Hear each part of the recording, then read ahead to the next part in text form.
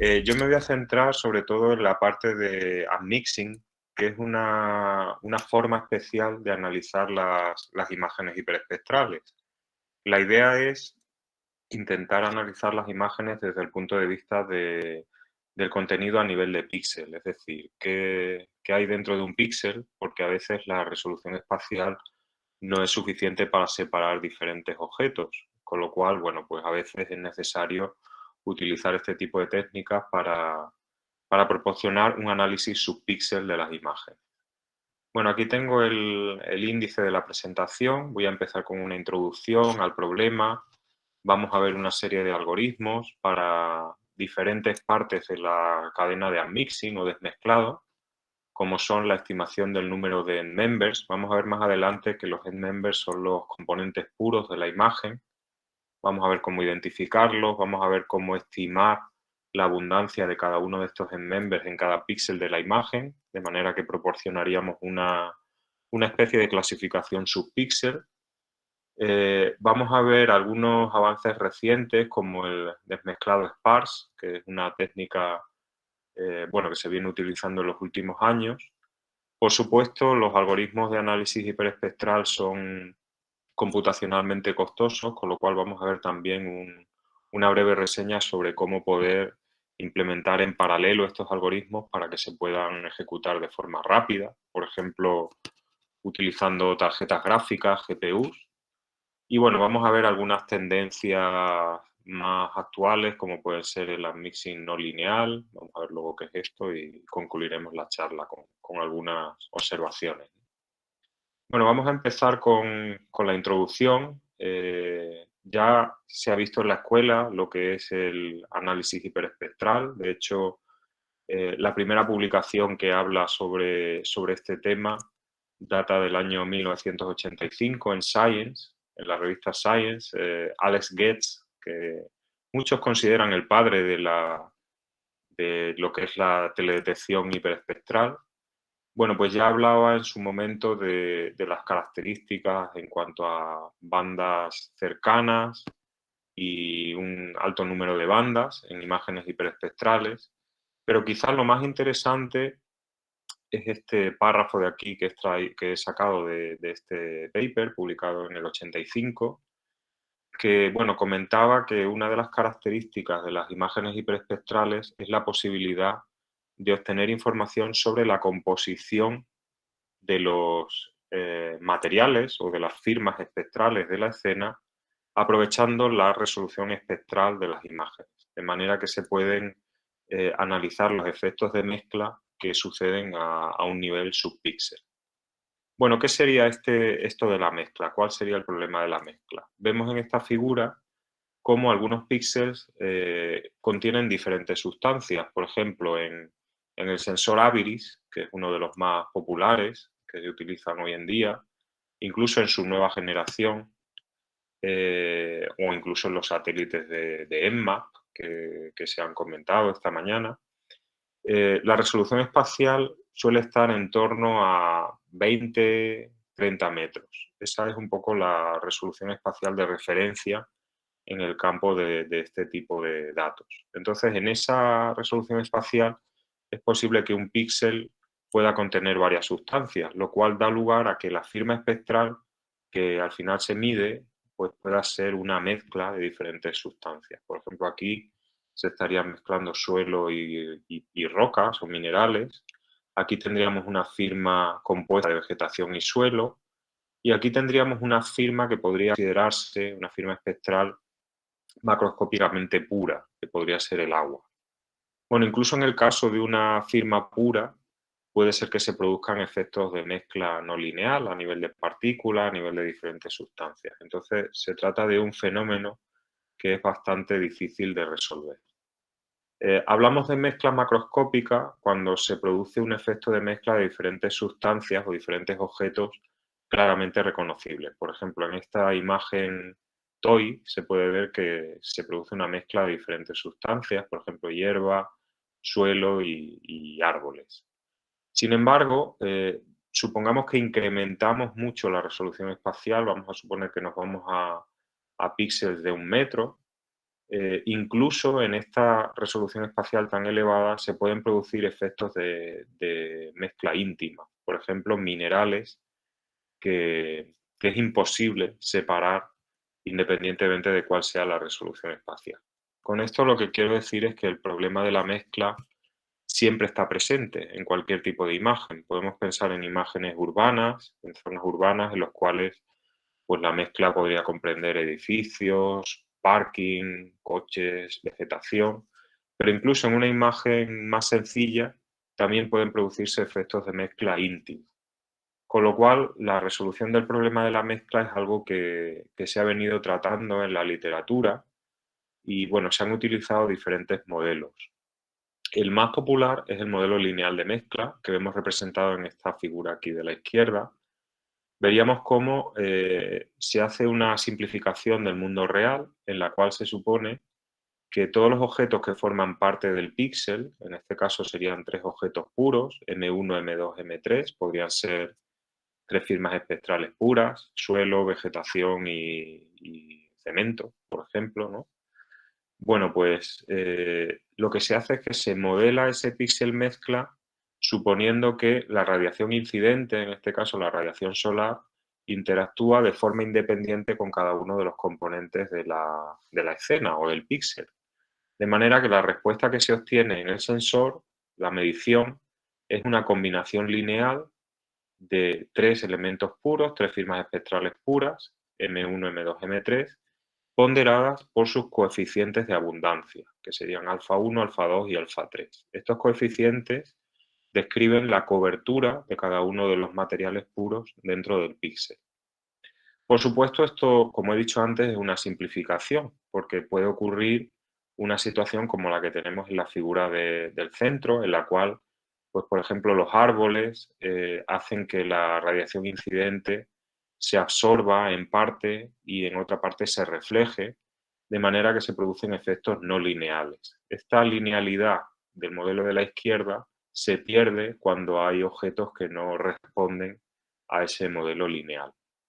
¿Qué ocurre? Que en la realidad es muy difícil modelar esta situación, porque tendríamos que conocer información acerca de los objetos que están absorbiendo o reflejando la radiación. Tendríamos que tener detalles acerca de la absorción que se produce en el árbol, cómo se producen los efectos de rebote, etc. Entonces hay un modelo muy popular que es el modelo bilineal, que lo que hace es, bueno, pues supone que hay un término lineal en la ecuación de la mezcla y luego hay un término no lineal que introduce efectos multiplicativos, es decir, serían productos entre los members o los elementos puros ponderados por sus fracciones de abundancia.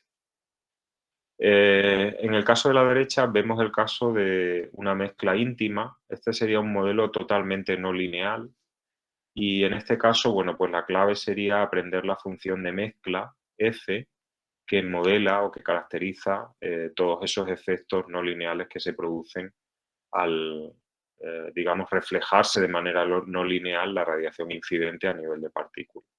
Por supuesto, la mezcla íntima es muy difícil de caracterizar porque requiere un conocimiento exhaustivo de los objetos que reflejan la radiación incidente.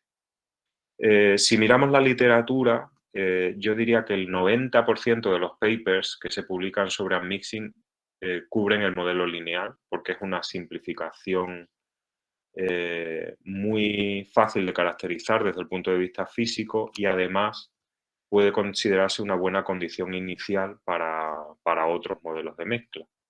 Los otros modelos son más difíciles de aplicar, pero por supuesto son más precisos, son más adaptados a la aplicación. Por ejemplo, aquí tendríamos lo que sería una interacción no lineal en el caso de un medio acuático. Aquí, bueno, pues sería más difícil obtener información, ya que el medio acuático pues, requiere mayor información que, por ejemplo, lo que pueda ser un paisaje con vegetación. También hay que tener en cuenta que no solo existen problemas digamos, por las características geométricas de los objetos que se están observando, sino que también el modelo lineal puede sufrir de la no linealidad introducida por ejemplo, efectos atmosféricos. Tenemos nubes, puede ser que tengamos efectos de iluminación variables, sombras. Todo esto, como digo, introduce complejidad en el modelo. Al final de la charla vamos a hablar del modelo no lineal de mezcla. Por el momento nos vamos a centrar en el modelo lineal como una buena primera aproximación para tratar el problema y sobre todo como una forma sencilla de abordar el problema de la mezcla sin necesidad de tener demasiada información a priori acerca de los objetos de la imagen. Entonces, vamos a centrarnos en el modelo lineal. ¿Cuál sería el objetivo? Bueno, pues el objetivo sería encontrar los componentes espectralmente puros de la escena que se pueden utilizar para desmezclar otros píxeles que no son puros. Si representáramos una imagen hiperespectral de forma geométrica en el espacio mediante una banda frente a otra, por ejemplo, podríamos hacer un análisis de componentes principales y representar las dos primeras bandas de la representación PCA una frente a otra. Por supuesto, esto es una abstracción. La imagen hiperespectral tiene cientos de bandas. Vamos a suponer que solamente tuviera dos, solamente para visualizar el problema y para hacernos una idea de cómo representarlo. Bueno, pues si la imagen solamente tuviera dos bandas, al representar una frente a otra, lo que nos interesaría sería encontrar los píxeles más extremos de esa representación. Estos serían los píxeles puros de la imagen. Y esta representación me permitiría definir una forma, que sería un simplex, un triángulo en este caso, que englobaría al resto de píxeles de la escena. De manera que con los tres elementos puros M1, M2 y M3 podríamos formar una combinación lineal que representaría a todos los demás píxeles de la imagen. El resto de los píxeles serían mezclas, es decir, tendrían diferentes concentraciones de M1, M2 y M3, que serían los componentes puros. Esto es ni más ni menos que lo que sería una representación RGB. Una imagen en color tiene tres members, tres elementos puros, que serían rojo, verde y azul, los tres colores básicos, y el resto de colores se pueden formar como combinaciones lineales de esos tres colores puros. Con lo cual, el objetivo pues, sería determinar para cada píxel cuánto hay de rojo, cuánto hay de verde y cuánto hay de azul. En imagen hiperespectral el problema es exactamente igual, lo único es que no sabemos cuántos componentes puros va a haber. En una imagen en color hay tres colores básicos, en una imagen hiperespectral puede haber decenas de componentes espectralmente puros, decenas de firmas espectrales puras. Pueden ser, pues, como he dicho antes, vegetación, suelo, roca, agua, etc. Aquí tendríamos la cadena completa de unmixing. Partimos de la imagen original. Obviamente es necesario realizar normalmente un proceso de corrección atmosférica en el que se eliminan nubes, se eliminan sombras, se elimina ruido y se obtiene un conjunto de datos en reflectancia. Opcionalmente se puede aplicar una reducción dimensional, puesto que, como hemos dicho, la imagen hiperespectral tiene mucha información y es posible que con un conjunto reducido de bandas se pueda hacer el análisis. Esto es, por supuesto, es opcional y depende un poco de la aplicación. Bueno, una vez que llegamos a este punto, o bien a partir de esta imagen en reflectancia, o bien a partir del cubo de datos reducido, se aplicaría la técnica de desmezclado. ¿En qué consiste la técnica de desmezclado? Bueno, pues en obtener una serie de firmas espectrales puras, que serían los endmembers, los componentes espectralmente puros de la imagen, y para cada una de estas firmas puras obtendríamos un mapa de abundancia. Los mapas de abundancia nos dicen cuánto hay de cada endmember en cada píxel de la imagen. Por ejemplo, el mapa de abundancia del agua nos diría cuánto porcentaje de agua hay en cada píxel de la imagen hiperespectral. Puede ser que haya un 0%, en cuyo caso pues el color del mapa de abundancia sería más oscuro, mientras que si hay una concentración más cercana al 100%, pues tendríamos un color más claro, indicando que hay mayor presencia de ese material. y muchos de los píxeles pues serán mezclas. A lo mejor hay un 50% de agua y un 50% de vegetación. En cierto modo, el desmezclado nos ofrece una clasificación subpíxel, es decir, vemos cuánto hay de cada clase en cada píxel. No es una clasificación pura en la que se asigna una etiqueta única a cada píxel de la imagen. Bueno, pues vamos a ir viendo algunos algoritmos populares para estimar el número de members. Luego vamos a ver algoritmos para identificar las firmas espectrales de los members y finalmente vamos a ver cómo estimar las abundancias. Voy a hacer un repaso de algunos métodos en la literatura. Por ejemplo, bueno, pues algunos métodos clásicos para determinar cuántos members hay en una imagen podrían ser la PCA, los componentes principales, que básicamente lo que hacen es proyectar la imagen en un sistema de coordenadas de manera que se intenta maximizar la varianza de la imagen, es decir, la cantidad de información frente a la cantidad de ruido. Por ejemplo, este sería el resultado de una PCA, un análisis de componentes principales. Vemos cómo hay una serie de bandas en las cuales la señal está más o menos clara. Se observan pues diferentes formas, diferentes representaciones de los objetos de la imagen, mientras que a partir de un cierto número de bandas, pues ya lo que se aprecia es ruido. Esta imagen originalmente tiene más de 200 bandas. La representación PCA nos da el mismo número de bandas de la imagen original, pero ordenadas en términos de su información. Con lo cual, bueno, pues podríamos deducir que esta imagen tendría en torno a 17 componentes puros, porque a partir de la banda 18 de la PCA, pues tiene más ruido que otra cosa, ¿no? Hay otra transformación que se aplica más que la PCA en imagen hiperespectral, que es la fracción mínima de ruido.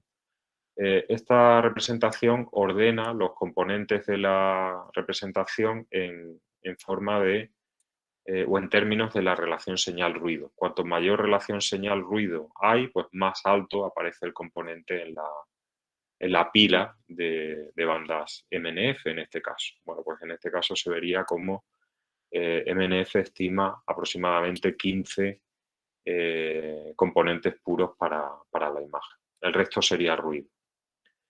Hay algunos métodos que intentan determinar el número de members de forma automática. Por ejemplo, uno de los más clásicos es el método Virtual Dimensionality, dimensionalidad virtual, que lo que hace es simplemente analizar las matrices de correlación y covarianza de los datos hiperespectrales para determinar pues un poco lo que hacen las transformaciones anteriormente comentadas, dónde tenemos señal y dónde tenemos ruido. Y a partir de esta comparativa entre los eigenvalores y los valores de la matriz de correlación, pues se puede hacer un test en el cual se determina más o menos el número de fuentes o de señales que tiene la imagen frente a las componentes de ruido. Bueno, otro método que se ha utilizado mucho en la literatura es el método High-Sign. El problema que tiene la dimensionalidad virtual es que no tiene en cuenta el ruido de la imagen antes de la estimación. Entonces, este método, bueno, pues lo que hace es que modela el ruido de forma previa a realizar la estimación del número de componentes. De hecho, lo que hace es llevar a la imagen hiperespectral a un subespacio en el cual se proyectan unas bandas frente a otras y se determina qué bandas contienen información frente a las bandas que contienen ruido. Ahí pongo el paper original. Si estáis interesados en cualquiera de estos algoritmos que voy a comentar, podéis contactar conmigo en mi correo electrónico, que al final de la presentación lo pongo. Y bueno, yo puedo pasaros códigos en MATLAB, código C, incluso código paralelizado de todos estos métodos para que podáis probarlos en vuestros estudios. Bueno, un método también muy popular para estimar el número de members es ELM. Se basa en un concepto parecido al de VD, al de Virtual Dimensionality, pero digamos que no necesita un parámetro de entrada que sí que se utiliza en la dimensionalidad virtual, que es el umbral de tolerancia. En la dimensionalidad virtual hay que pasarle un parámetro al algoritmo indicando cómo de precisos queremos ser a la hora de obtener la estimación del número de members. Bueno, en este método la gran ventaja que tiene es que no tiene un parámetro de entrada, con lo cual es más robusto, puesto que no hay que andar optimizando ese parámetro para obtener un resultado. Y bueno, finalmente el método NCM también es un método bastante popular.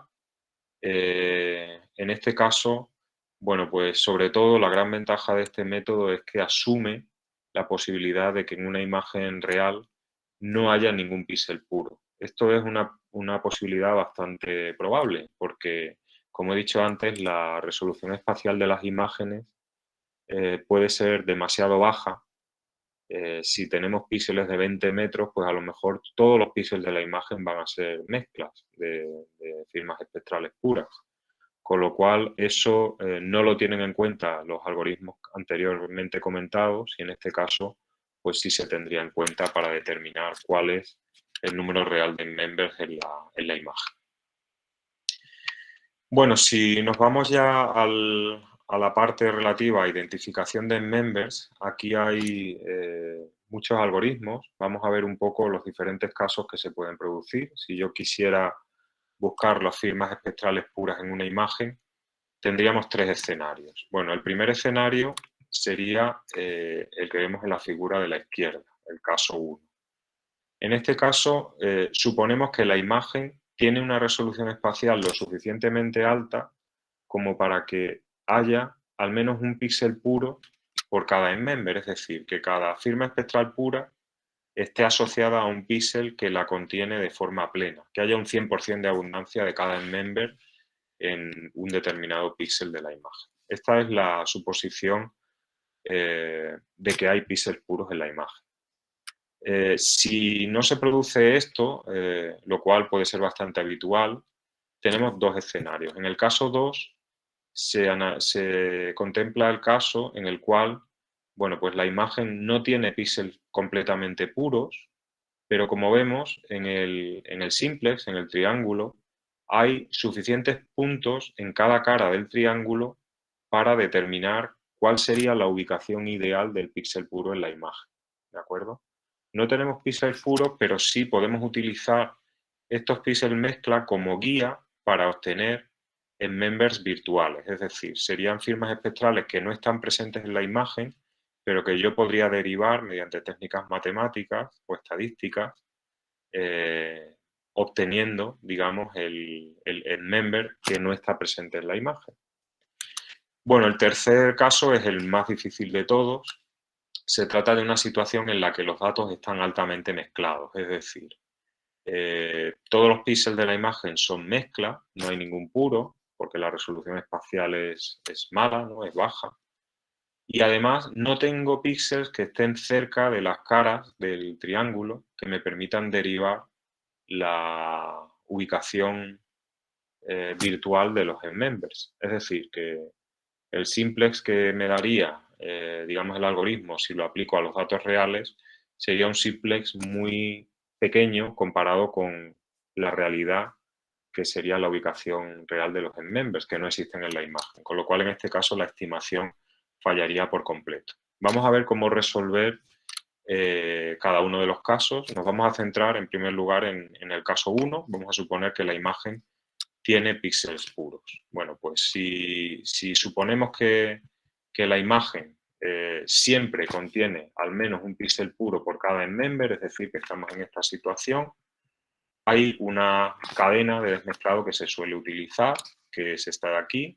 Tendríamos la imagen original, aplicaríamos un proceso de reducción dimensional, que sería opcional. A partir de la imagen reducida obtendríamos los members y a partir de estos members aplicaríamos un algoritmo para obtener los mapas de abundancia. Bueno, vamos a centrarnos en esta etapa, la selección de las firmas espectrales puras de la imagen. ¿Qué algoritmos hay para hacer eso? Bueno, el más popular es el algoritmo PPI, que aparece en varios paquetes de software muy populares. Y bueno, el proceso que sigue es muy sencillo. Vamos a suponer de nuevo una representación bidimensional de la imagen hiperespectral, aunque ya sabemos que tiene cientos de bandas. Bueno, suponemos que aquí tenemos una banda frente a otra, esos son los píxeles de la imagen. Bueno, pues el algoritmo PPI lo que hace es generar una serie de vectores que particionan la nube de puntos y obtienen los valores extremos en cada proyección. Por ejemplo, en esa proyección obtendríamos 2 píxeles puros. En esta proyección obtendríamos otros 2. Fijaos que aquí este se repite. En esta proyección obtendríamos un tercer conjunto de members, de manera que aquí hay un extremo que es nuevamente seleccionado y aquí hay otro que se repite. Si hacemos este proceso muchas veces, bueno, pues es probable que los píxeles extremos sean seleccionados repetidamente, porque son los que se encuentran en el exterior de la nube de puntos. De manera que el algoritmo se basa en un proceso de fuerza bruta, en el cual cuantas más proyecciones, cuantos más skewers se generen, pues más probabilidad voy a tener de acertar a la hora de seleccionar los píxeles puros. Al final, pues tendría un contador asociado a cada píxel y determinaría cuántas veces yo quiero que sea seleccionado un píxel para determinarlo puro. Bueno, el problema que tiene este método es que depende de muchos parámetros, depende de umbrales, depende del número de skewers. Una ventaja que tiene es que es fácil de paralelizar, se puede acelerar bastante bien este algoritmo porque no habría dependencia de datos a la hora de paralelizar, pero en general es un proceso de fuerza bruta que no es muy preciso, por así decirlo. Hay una alternativa que es el algoritmo NFinder. Este algoritmo es muy popular y se basa en un concepto que ya hemos estudiado antes, y es el hecho de que los members normalmente están en los extremos del simplex. Vamos a suponer ahora que tenemos una representación en 3 bandas. Esto sería una proyección de 3 bandas de la imagen hiperespectral. Bueno, pues en esta proyección podríamos formar un simplex con un conjunto de 4 píxeles. Este sería un simplex inicial aleatorio. Si calculamos el volumen de este simplex, está claro que yo puedo formar combinaciones con mayor volumen. Por ejemplo, si muevo un member a otra posición, voy a obtener un simplex que tiene mayor volumen, es decir, que es más grande el objeto que puedo formar, ¿no? Bueno, pues la idea de NFinder es probar todas las posibles combinaciones de todos los píxeles de la imagen como en members y al final quedarnos con la combinación que nos da un mayor volumen, es decir, sería esta de aquí. Los puntos que engloban a todos los demás en esta combinación, pues serían los members. Este proceso es un proceso iterativo. Consiste en calcular el volumen, que se puede hacer mediante el cálculo del determinante de una matriz cuadrada dada por el número de members. Habría que, digamos, restringir el número de bandas para que la matriz fuese cuadrada, pero eso se puede hacer con técnicas como PCA o MNS, como hemos visto antes. Y bueno, es un proceso más estable y más robusto, sobre todo no tiene muchos parámetros, solamente necesita el número de members que queremos extraer. Otro algoritmo que se utiliza bastante es el OSP, siguiendo con esta representación en 3D de la imagen hiperespectral. Bueno, pues el algoritmo en primer lugar obtiene el píxel más alejado del centro, ese sería el primer member. A continuación aplica una proyección ortogonal, de manera que se obtiene el píxel más extremo con respecto a la proyección ortogonal de ese píxel original. Tendríamos ya 2 members y ahora aplicamos una proyección ortogonal con respecto a esos 2 píxeles que ya hemos detectado para obtener el tercer member y así sucesivamente. Bueno, este proceso es también automático, nos permite, bueno, pues obtener los members sin parámetros, salvo cuántos members quiero detectar.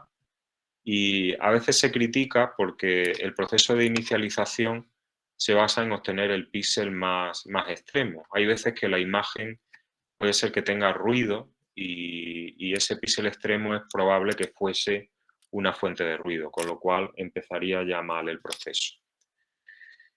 Para solventar este problema, bueno, hay un algoritmo que yo diría que es el estándar en cuanto a identificación de members, que es VCA, se llama Vertex Component Analysis, y es básicamente lo mismo que hace OSP, se basa en proyecciones ortogonales, pero aplica un proceso de reducción de ruido previo a la identificación del primer componente. Como vemos, esta imagen, bueno, pues tiene bastante ruido. Lo que hace es, primero se elimina el ruido alrededor del simplex para evitar esa presencia de píxeles anómalos, de outliers, y una vez que ya se ha eliminado el ruido, se aplica el proceso de las proyecciones ortogonales, lo mismo que hace el algoritmo OSP, para encontrar los members reales. Y aquí sí tendríamos píxeles reales de la imagen y no serían píxeles ruidosos. Bueno, si no tenemos la presencia de píxeles puros en la imagen, si no podemos garantizar la presencia de píxeles puros, estamos en el segundo caso, es decir, tendríamos suficientes píxeles en las caras del triángulo, pero no tenemos los píxeles puros en la imagen. ¿Qué hacemos en este caso? Bueno, pues para resolver este problema hay una familia de algoritmos que se llaman algoritmos de mínimo volumen. Son un poco el caso opuesto a lo que serían los algoritmos de máximo volumen como NFinder. Es decir, aquí lo que se trata es de obtener los members reales, pero teniendo en cuenta que estos members no tienen por qué estar en la imagen. Si hacemos una simulación muy sencilla, bueno, pues aquí lo que estaríamos haciendo es coger un simplex óptimo, un triángulo, y cortarlo de manera que los píxeles puros no están en el triángulo, por tanto no están en la imagen. Bueno, pues lo que tendríamos que hacer es aplicar métodos que fuesen capaces de encontrar las direcciones donde virtualmente se encontrarían estos members, ¿de acuerdo? ¿Cómo se puede hacer esto? Bueno, pues normalmente se hace mediante métodos de optimización. Hay varios algoritmos que aplican este proceso y lo que hacemos es incluir dos términos en el problema de optimización. El primer término sería minimizar el error de reconstrucción. Aquí Y sería la imagen original, M sería la matriz de members y alfa sería las fracciones de abundancia. Estos datos serían estimados. Estaríamos intentando estimar M y alfa. Bueno, pues para encontrar M y alfa lo que hacemos es minimizar el error de reconstrucción, es decir, intentamos reconstruir la imagen original de forma precisa mediante una combinación lineal multiplicando los members, la matriz de members, por sus correspondientes mapas de abundancia.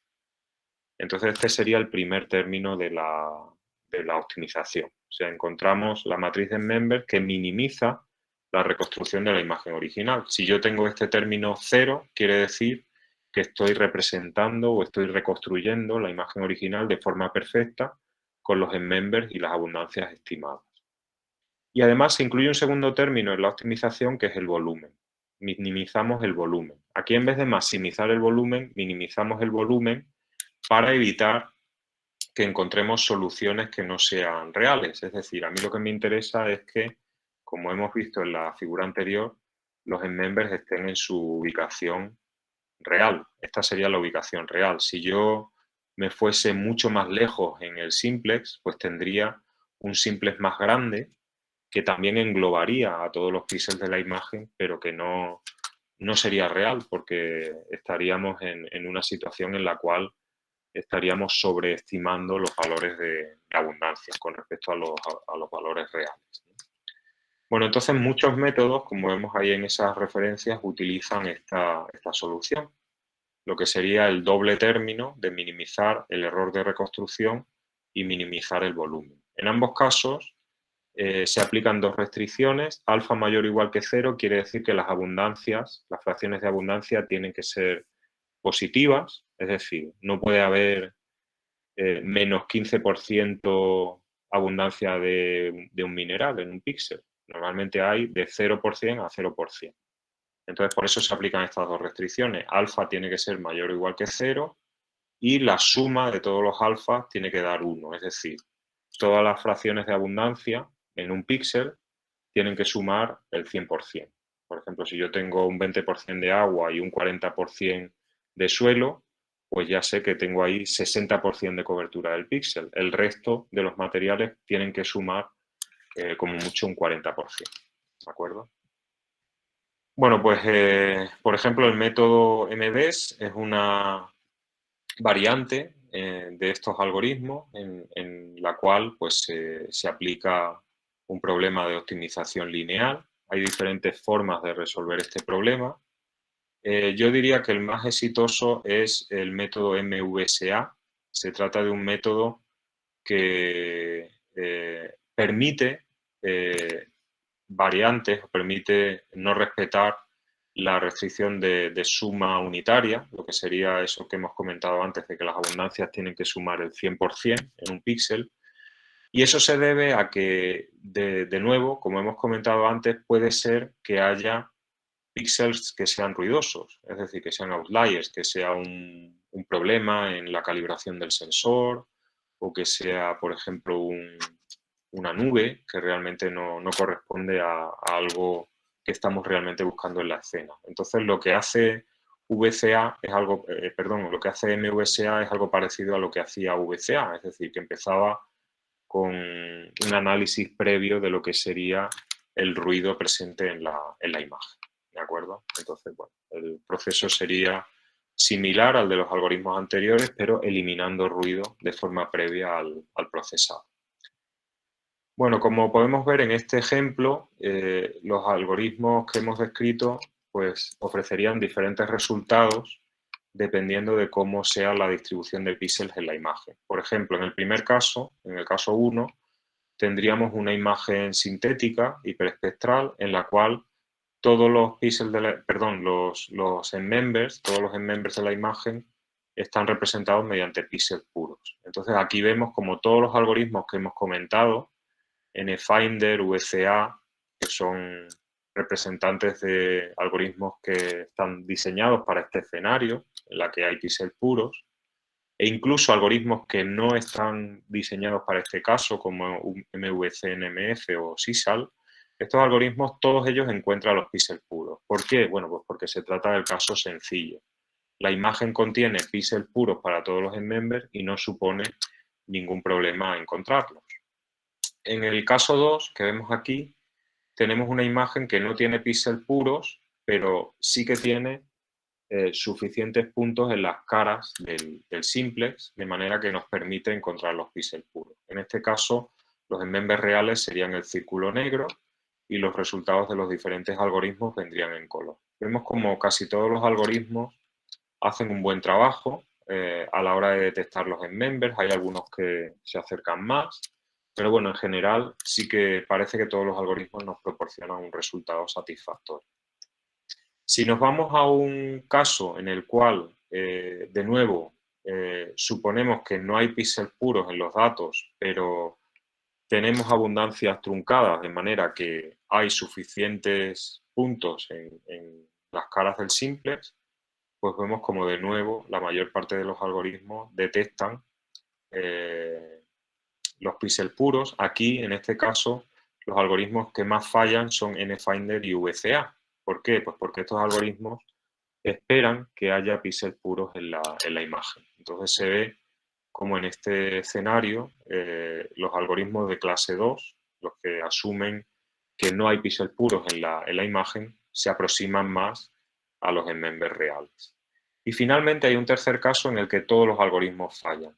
Este es el caso que comentábamos, en el cual todos los píxeles de la imagen son mezcla. Este caso no es tan difícil de encontrar, simplemente bastaría con que la resolución espacial no fuese demasiado elevada, con lo cual vemos como el problema no se puede resolver por ninguno de los algoritmos que hemos comentado. Vamos a ver más adelante un tipo de métodos de desmezclado que no utilizan members extraídos de la imagen, sino que utilizan librerías espectrales, es decir, firmas espectrales obtenidas en el terreno.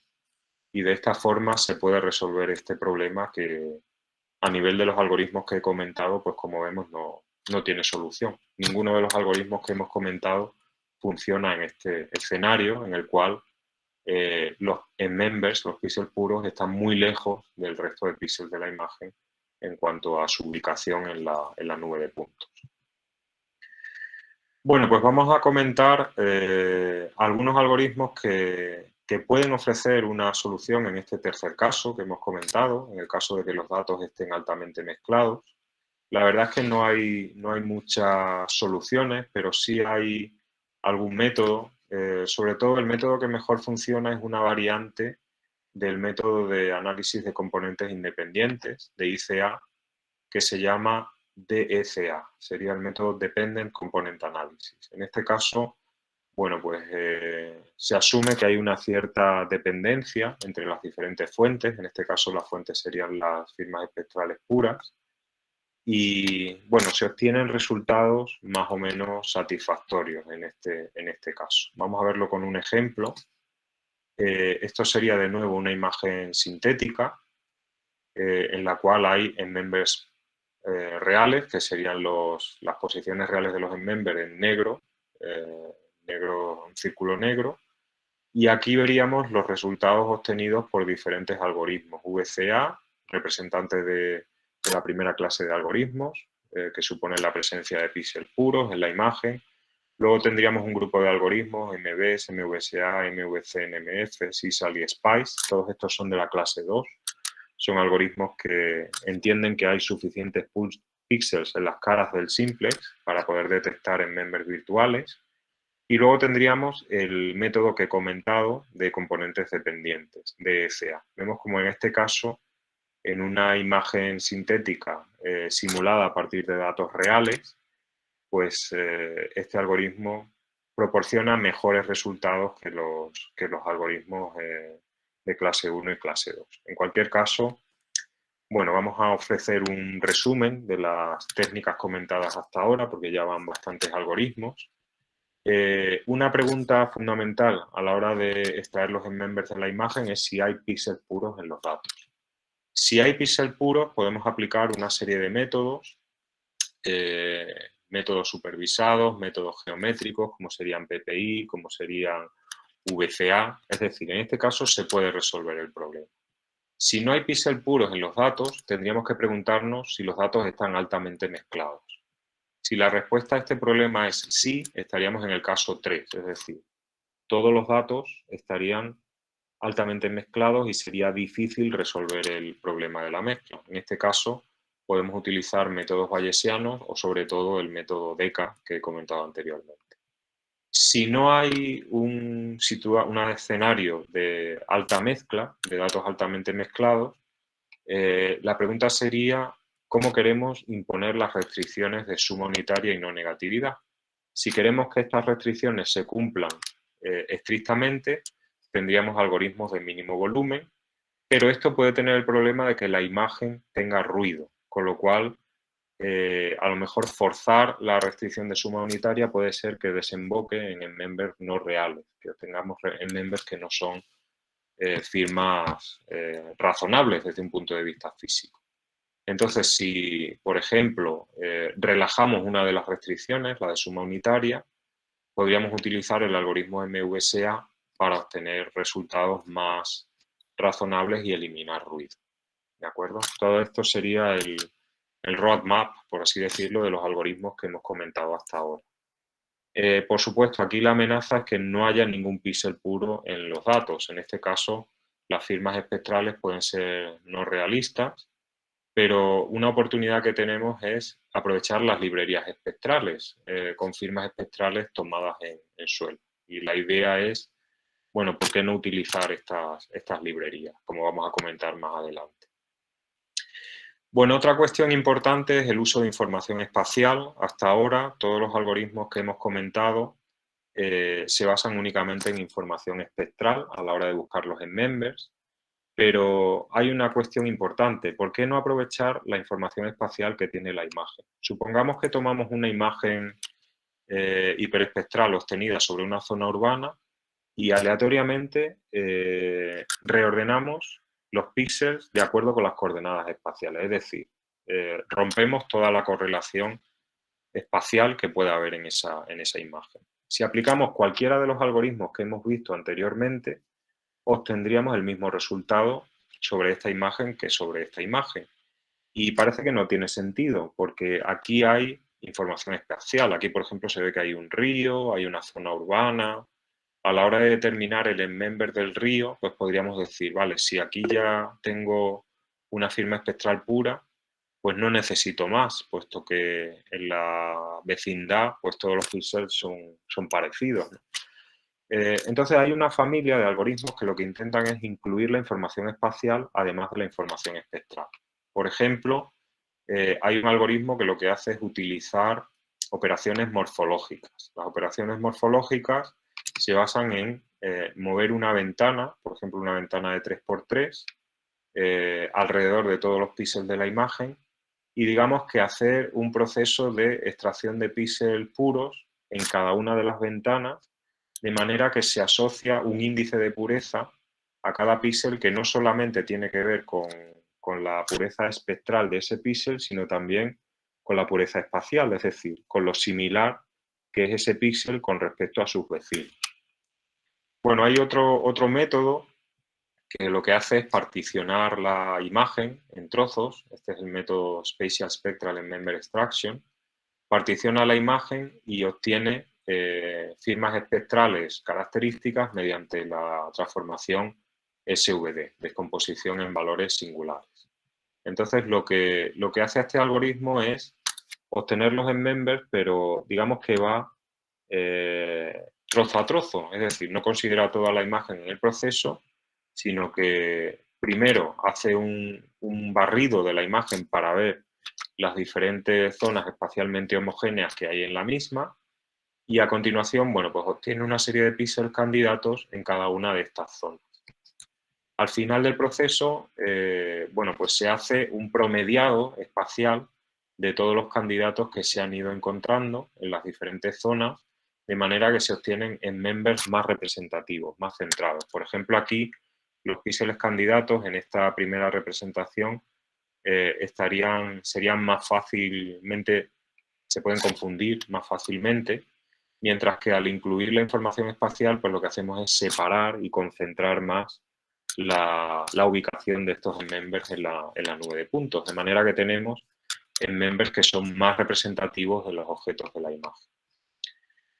Bueno, hay algoritmos que lo que hacen es un preprocesado espacial.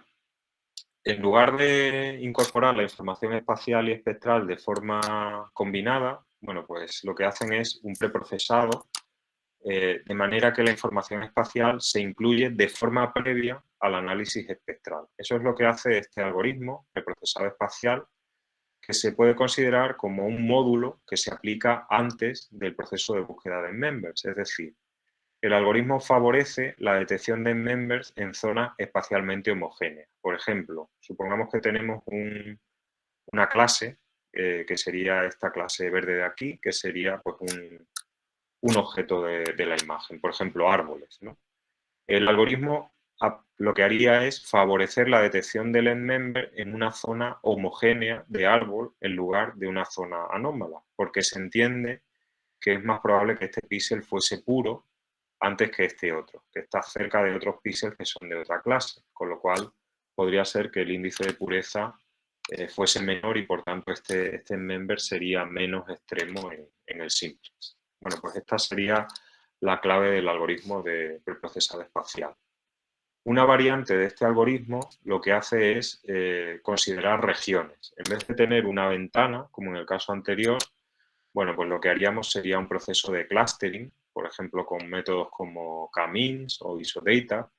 Se hace un proceso en el cual se detectan las regiones de la imagen automáticamente y a partir de ahí, bueno, pues se aplica el proceso de extracción de members a partir de un proceso de proyecciones ortogonales, por ejemplo, con el algoritmo OSP, pero teniendo en cuenta lo que sería el espectro promedio de cada una de las regiones. De manera que, de nuevo, se obtienen members más representativos desde el punto de vista espacial y espectral. Otra variante de este algoritmo es el método de preprocesado espacial y espectral, en el cual, bueno, pues el proceso no aparece, el preprocesado no es solamente espacial, sino que lo que se hace es que se aplica un preprocesado por un lado espacial y por otro lado espectral. Vemos que hay un clustering espectral, pero por otra parte, al mismo tiempo, se produce un filtrado gaussiano con el objetivo de intentar encontrar las zonas espacialmente homogéneas en la imagen y en paralelo pues se encuentran las zonas espectralmente puras. Al final, bueno, pues se aplican una serie de constantes, de términos que priorizan el uso de información espacial o espectral, dependiendo de la aplicación, y de esta manera no se da más peso a una que a otra si no es necesario. Es decir, se podría aplicar 50% de peso a la información espacial y 50% a la espectral, o bien darle más peso a una frente a la otra. Bueno, vamos a ver una comparativa de algoritmos. En primer lugar, vamos a utilizar imágenes sintéticas. Hemos creado una base de datos de imágenes fractales. Bueno, los fractales son formas que intentan simular objetos naturales. Y bueno, aquí lo que se intenta es realizar una simulación en la cual, bueno, pues a partir de una imagen fractal se obtienen una serie de clústeres. Para cada región se le asignan una serie de firmas espectrales a partir de una librería, de manera que la abundancia no es constante dentro de cada región. Se intenta simular lo que sería una imagen real y además se le aplica ruido al final del proceso. Estas imágenes, bueno, pues están disponibles online, y esta sería pues un ejemplo de los mapas de abundancia de estas imágenes simuladas. Hemos utilizado las imágenes sintéticas para controlar exactamente cuál sería el resultado. Es decir, aquí podemos determinar dónde están los members, cuál sería la proporción de ruido que tenemos en cada imagen, etc. Además, hemos hecho que ninguna de las imágenes tenga píxeles puros. El máximo de pureza sería un 80% para pues, complicar un poco más el proceso, ¿no? Bueno, aquí vemos una comparativa entre algoritmos que suponen la presencia de píxeles puros, que serían los tres primeros, NFinder, OSP y VCA, y una serie de algoritmos que no suponen la presencia de píxeles puros, que serían MVCNMF, MVSE, MVSA y SISA.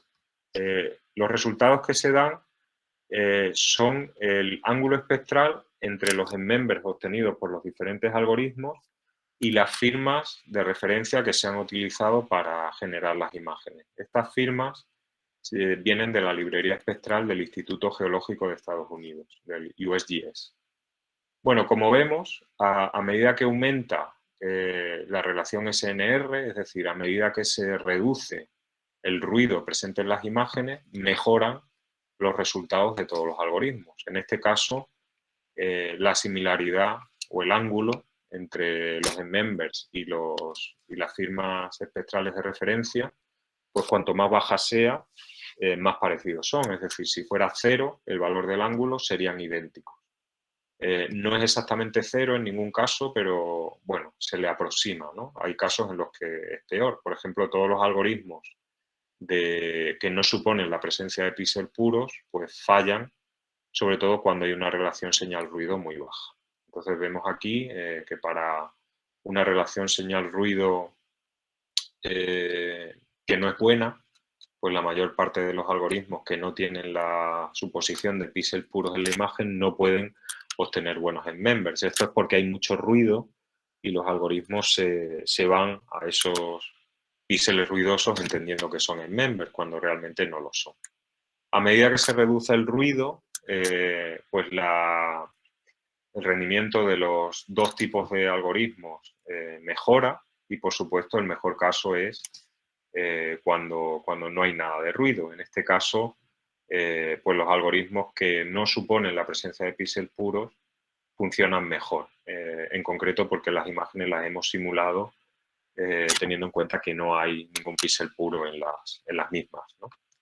Si vemos un poco el impacto de utilizar estos mismos algoritmos, pero con métodos de preprocesado espacial, como pueden ser RBSPP, este era el método orientado a regiones, SSPP, que sería el método de preprocesado espacial y espectral, y un par de algoritmos que serían de extracción de members, teniendo en cuenta información espacial y espectral, pues podemos ver cómo para una relación señal-ruido baja, es decir, cuando las imágenes tienen mucho ruido, pues estos algoritmos que no asumen la presencia de píxeles puros funcionan bastante mal, dan valores de similaridad muy bajos. muy alto, con lo cual los members no se parecen a las firmas espectrales puras. Sin embargo, a medida que aumenta la relación señal-ruido, a medida que hay menos ruido, los resultados mejoran y en particular, bueno, pues se ve que la información espacial ayuda al proceso, es decir, se obtienen mejores resultados cuando se incorporan técnicas que no solamente utilizan la información espacial y espectral. Por ejemplo, se ven estos dos algoritmos. Vemos cómo el VCA con preprocesado es mucho mejor que el VCA sin preprocesado espacial y el MVCA también da mejores resultados cuando aplicamos un preprocesado espacial, sobre todo en el caso de tener relación señal-ruido alta, es decir, cuando hay poco ruido en las imágenes. Bueno, extrapolando esto a un caso real, vamos a utilizar pues, una imagen que se ha venido utilizando mucho en la literatura, es la imagen de Cupright, está disponible públicamente. Y esta imagen se usa mucho porque hay información verdad-terreno, es decir, hay una serie de mapas publicados por el USGS que nos indican cuál es la concentración real de diferentes minerales en la imagen. Esto es una zona en Nevada, en Estados Unidos. Siguiendo esta carretera llegaríamos a la ciudad de Las Vegas y muchos dicen que ese es el motivo por el que se hacen tantos estudios de campo en esta zona, porque bueno, es bastante tentador poder estar en la ciudad de Las Vegas trabajando y bueno, haciendo estudios de campo, ¿no? Bueno, pues aquí veríamos una comparativa de todos los algoritmos que hemos comentado. En este caso lo que mostramos es el error de reconstrucción. Los píxeles más cercanos al rojo indican fallo en la reconstrucción, quiere decir que falta algún member. Por ejemplo, aquí el VCA se ve claramente que hay un member que no se ha detectado porque hay una zona que da mucho error en la reconstrucción. Estaríamos reconstruyendo la imagen original utilizando los members extraídos y las fracciones de abundancia estimadas. Entonces se ve que al comparar esa imagen reconstruida con la original, falta un member porque esta zona no se ha reconstruido bien. Entonces, bueno, estos serían los errores de reconstrucción. Vemos cómo en general, al aplicar preprocesado espacial, también el método orientado a regiones y el método espacial espectral, pues en general mejora el rendimiento de todos los algoritmos. Por ejemplo, en el caso de VCA, aquí se aprecian errores que con RBSPP o SSPP ya no se encuentran presentes. Eso quiere decir es que se han detectado todos los members que faltaban. En general, los mejores algoritmos son MVSA y SYSAL, que en todos los casos dan buenos resultados. Aquí realmente el preprocesado espacial no sería necesario, solamente sería necesario para NFinder, OSP y VCA. Y los métodos que utilizan información espacial y espectral al mismo tiempo pues tienen comportamiento variable. Este método de aquí, el morfológico, no funciona muy bien, mientras que el método SSE sí que funciona mejor. ¿Cómo se estiman las abundancias? Bueno, a la hora de estimar las abundancias hay tres aproximaciones. Una sería el método sin restricciones, es decir, en este caso se mide el error de reconstrucción de la imagen original utilizando los members y las abundancias estimadas y además en este caso no se incorporan las restricciones de no negatividad y de suma unitaria que hemos comentado anteriormente. Con lo cual la solución al problema de optimización es bastante sencilla.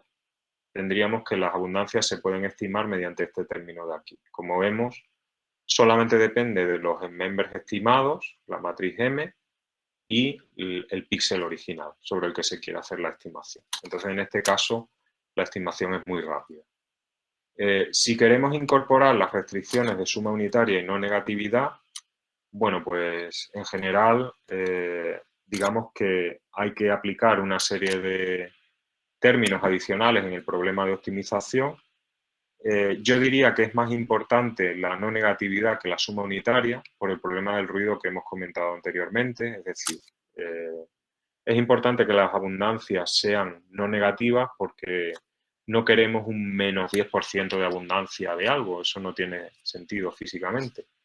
Pero la suma unitaria es cuestionable porque Si imponemos la suma unitaria, puede ser que uno de los members no sea real, sino que sea ruido, sea un píxel ruidoso, puesto que son píxeles de la imagen. Entonces, en este caso, a lo mejor forzar la suma unitaria no tiene sentido porque esa firma espectral no es demasiado real.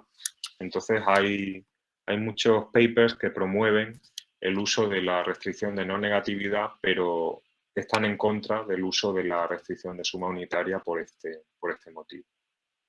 Bueno, hay un método interesante que se llama Iterative Error Analysis, que hace estimación de los members y de las abundancias al mismo tiempo, de forma simultánea. Entonces, bueno, se utiliza bastante. A partir de la imagen original, lo que hace el método es que calcula el píxel promedio de toda la imagen. Y obviamente esto no es un member, es un píxel medio, ¿no? Y aplica una restricción sin restricción, una estimación de abundancia sin restricciones, ni suma unitaria ni no negatividad, para obtener un primer mapa de abundancia, a partir del cual, bueno, pues vamos a sacar una reconstrucción de la imagen y una imagen de error. El píxel con mayor error, con mayor valor de error en esta imagen, se va a considerar el primer member.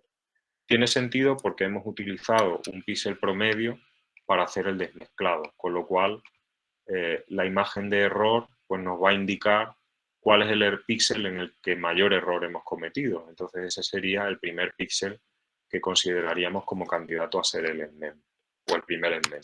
Bueno, pues este píxel se incorporaría a la matriz de enmembers.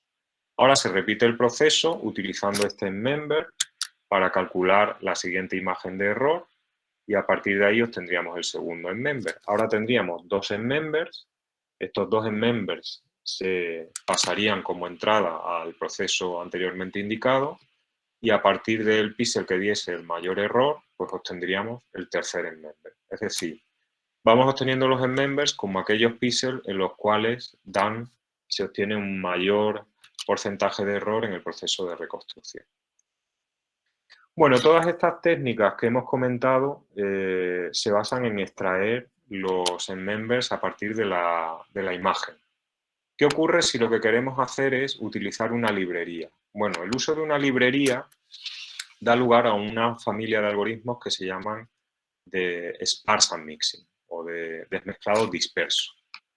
Bueno, ¿en qué consiste esta aproximación? Hemos visto que los métodos que tienen la suposición de píxeles puros en la imagen tienen la restricción de que necesitan al menos un componente puro por cada member. Puede ser que esto no se cumpla debido a la resolución espacial de la imagen, si no es suficientemente alta.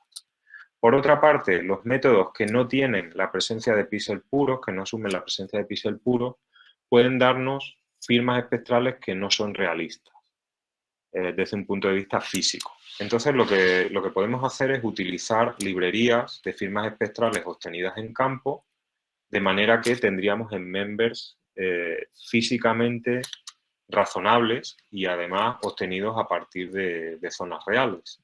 El problema está en que, por un lado, se trata de un problema de optimización muy difícil, en este caso, porque las librerías son muy grandes. Normalmente tenemos una librería espectral, por ejemplo, la que hemos comentado antes de USGS, pues tiene cientos de minerales. Si aplicamos una librería de vegetación, que también las tiene USGS, pues también hay cientos de firmas de vegetación en esa librería. Entonces no estaríamos trabajando con un conjunto reducido de members, sino que tendríamos una librería muy grande. Otro problema que tenemos es el problema de corrección atmosférica. Las imágenes se toman desde un avión o desde un satélite o desde un dron, con lo cual puede ser que las condiciones de adquisición en este caso sean diferentes a las de la librería espectral. La librería espectral se toma con un espectrómetro de campo en el suelo, con lo cual no hay nubes y no hay efectos atmosféricos. Si conseguimos solventar estos dos problemas, tenemos dos ventajas muy importantes. Una de ellas es el hecho de que estamos utilizando firmas espectrales reales, que ya existen en la naturaleza, y por otra parte, no necesitamos estimar el número de members, que en general es un problema bastante importante, porque sería seleccionar los members de la librería y determinar cuáles de ellos están contribuyendo realmente a la imagen. Bueno, pues el proceso de desmezclado sparse aparece representado en esta diapositiva. Aquí Y sería la imagen original, sería un conjunto de firmas espectrales. La dimensionalidad sería L, este sería el número de bandas, y N sería el número de píxeles en la imagen original. Por otro lado, tenemos la librería espectral A, que tiene firmas espectrales con dimensionalidad L, es decir, el número de bandas sería L, y aquí el número de firmas sería M, en general menor que el número de píxeles de la imagen, pero grande en comparación con lo que sería el número de members de una imagen real. Es decir, M sería todo el conjunto de firmas espectrales que tenemos disponibles. X sería las fracciones de abundancia. Es una matriz de tamaño M por N, donde M es el número de píxeles de la librería y N es el número de píxeles de la imagen.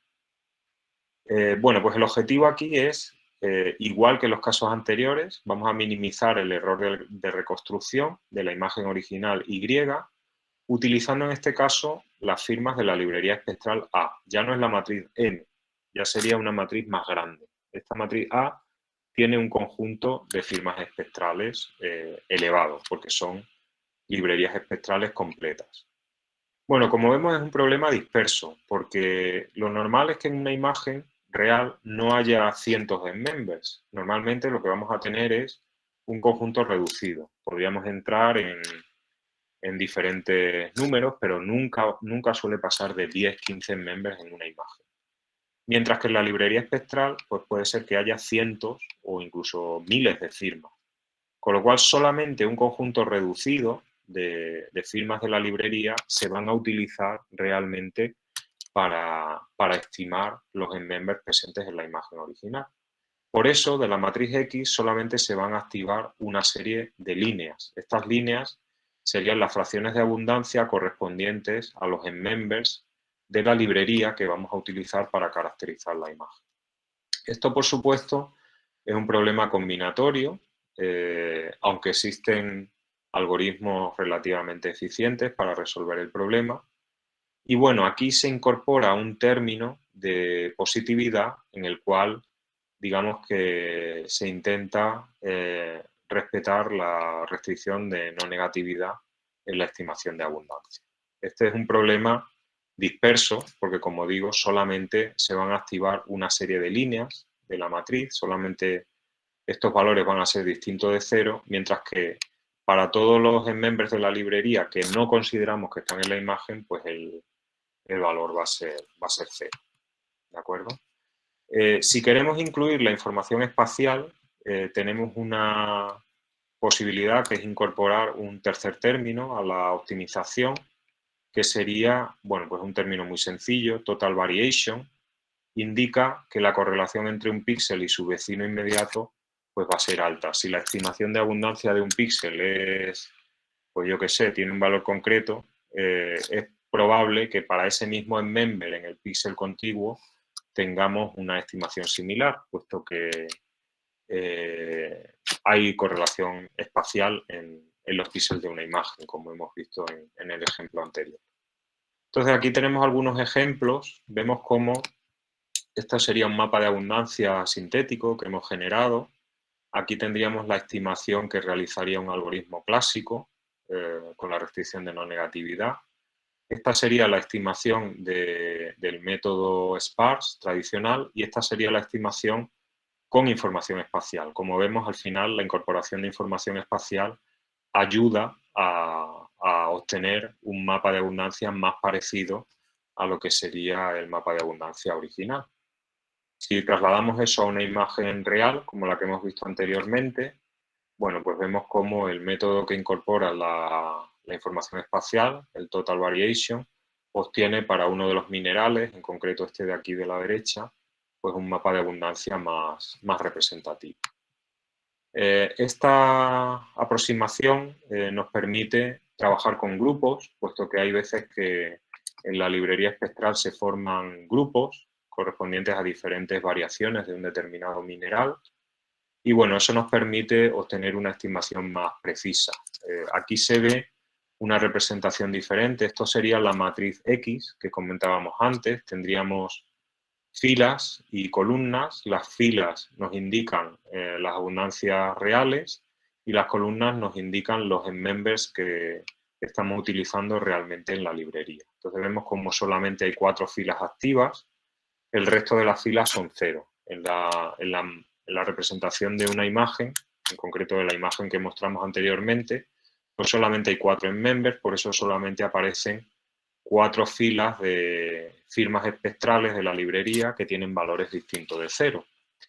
Bueno, pues esa sería la verdad terreno, esto es lo que sería lo que tendría que obtener el algoritmo y esto es lo que obtiene el algoritmo de grupos. Vemos cómo la estimación no es del todo buena, puesto que hay algunos casos en los que se observan abundancias no negativas donde tendría que haber un 0.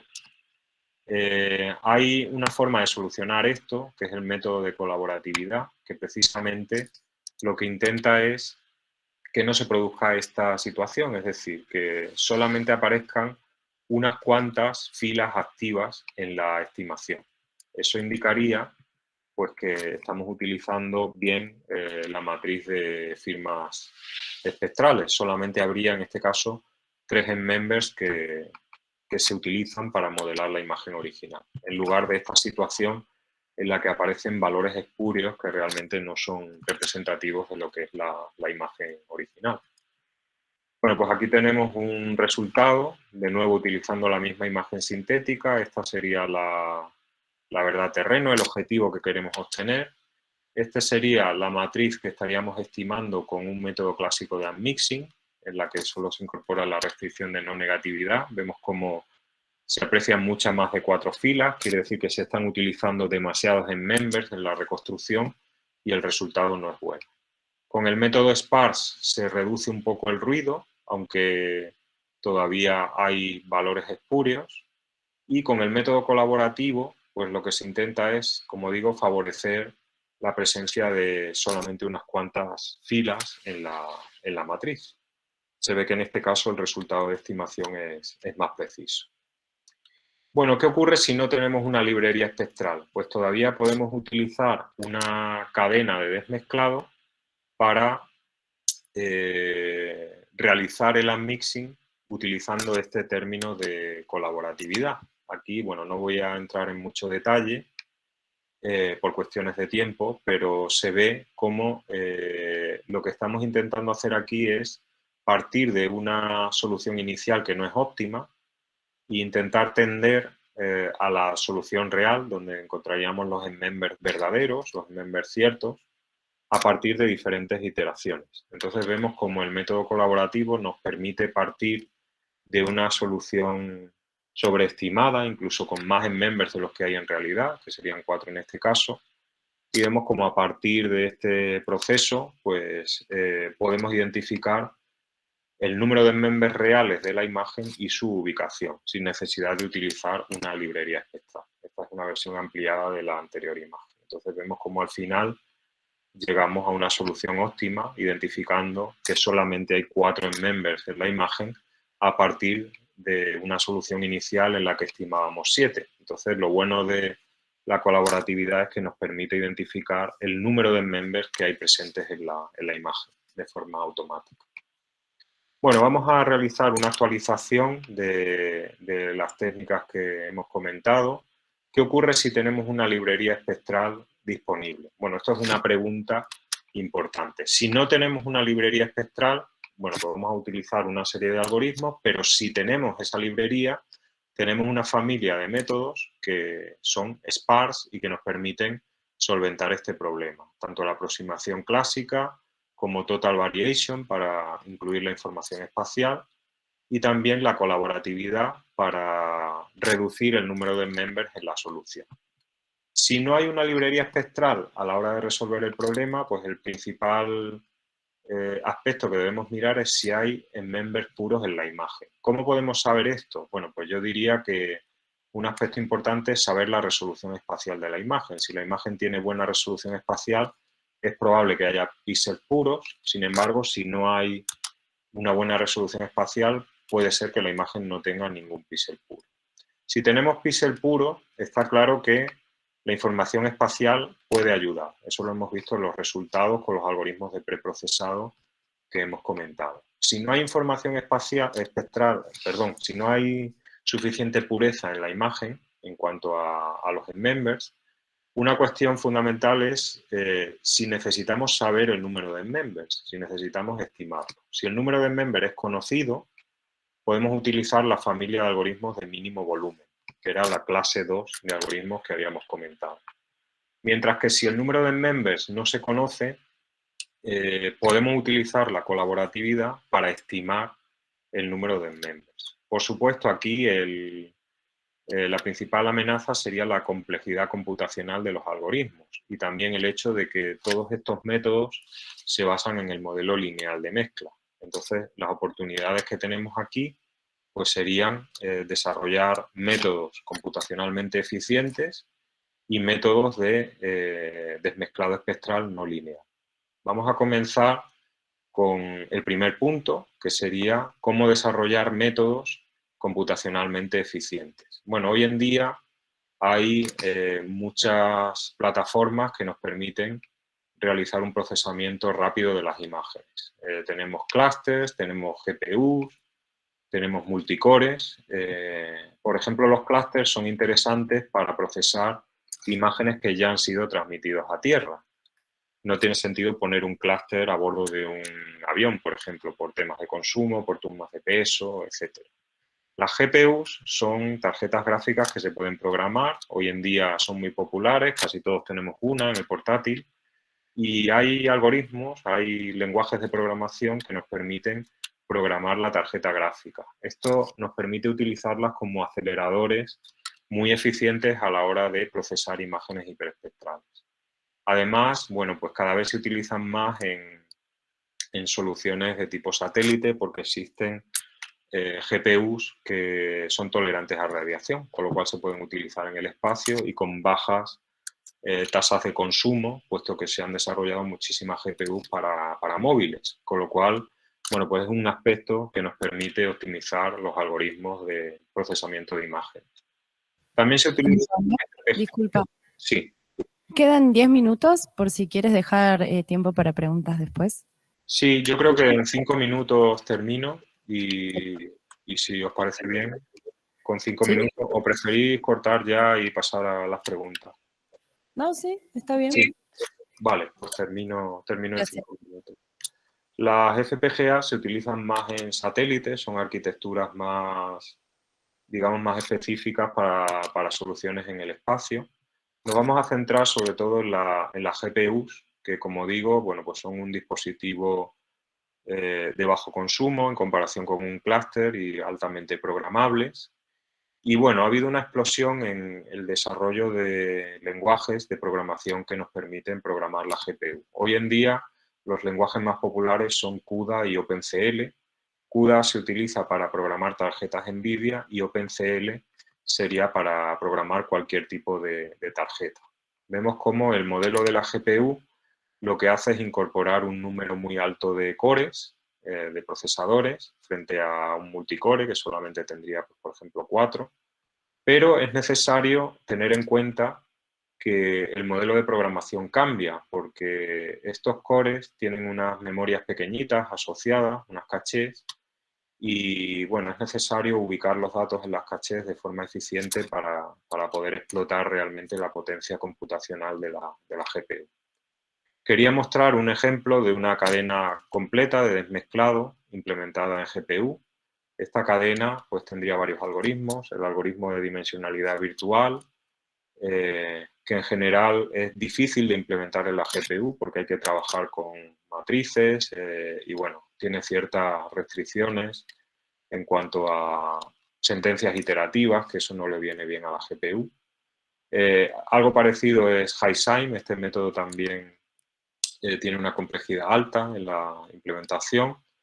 Para la identificación de members hemos considerado NFinder, que tiene una complejidad media, IEA, el método iterativo, que es una complejidad baja, se implementa bastante bien en la GPU, Y luego para la estimación de abundancia hemos utilizado el método sin restricciones de suma unitaria y no negatividad, que tiene una complejidad baja en la implementación, puesto que solamente es tratar con matrices. Vemos aquí los resultados. Tendríamos los tiempos de carga, los tiempos de almacenamiento de resultados. La carga sería la carga de la imagen en la memoria de la GPU. Y bueno, vemos cómo, aunque se han utilizado plataformas antiguas, que el motivo es que están certificadas para su uso a bordo de satélites, bueno, pues se obtienen tiempos muy buenos en comparación con la implementación en un procesador tradicional, con 8 cores. Por ejemplo, tendríamos una cadena de procesamiento basada en estos 3 algoritmos que procesa una imagen de un total, en este caso, de 50 megas en 1,97 segundos. Esto es procesamiento en tiempo real, es decir, se procesa la imagen en el mismo tiempo en el que se tarda en adquirir, con lo cual se podría aplicar para procesamiento a bordo. Hay otra cadena que funciona en tiempo real, esta también, el algoritmo IEA, que utiliza estimación de abundancias y selección de los members al mismo tiempo. Y bueno, hay otras cadenas que están casi en tiempo real, con lo cual, bueno, pues se obtiene un rendimiento cercano a lo que sería el tiempo real, lo cual es un avance significativo comparado con lo que sería el procesamiento en serie, en un multicore. Bueno, para el desmezclado no lineal no me queda tiempo. Realmente solamente quería comentar, bueno, pues que son algoritmos complicados de implementar, puesto que no se conoce el medio, sobre todo en este caso en el que tenemos mezclas íntimas. Y bueno, en la práctica es necesario tener un conocimiento exhaustivo de la imagen. Hoy en día se están utilizando métodos de deep learning, redes neuronales para entrenar a la red y conocer un poco las abundancias reales, pero de nuevo el problema es que necesitamos esa información verdad terreno que en imagen hiperespectral es bastante difícil de obtener, porque sería necesario una campaña de campo para obtener esa información. No obstante, hay varios trabajos publicados y en general este es el campo donde hace falta más desarrollo, cómo ser capaces de aprender las mezclas no lineales que hay en la imagen para modelarlas y extraerlos en medios.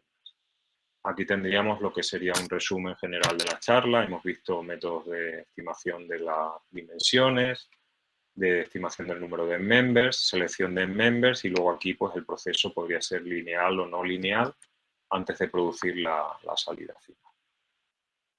Y bueno, como conclusiones, pues decir que los métodos de un mixing han seguido un proceso bastante activo en los últimos años, ha habido muchas publicaciones al respecto, hay una deficiencia en cuanto a los métodos no lineales que todavía no se han resuelto y bueno, hay tendencias interesantes como el uso combinado de clasificación y unmixing o el uso de unmixing como un postprocesado para refinar métodos de clasificación.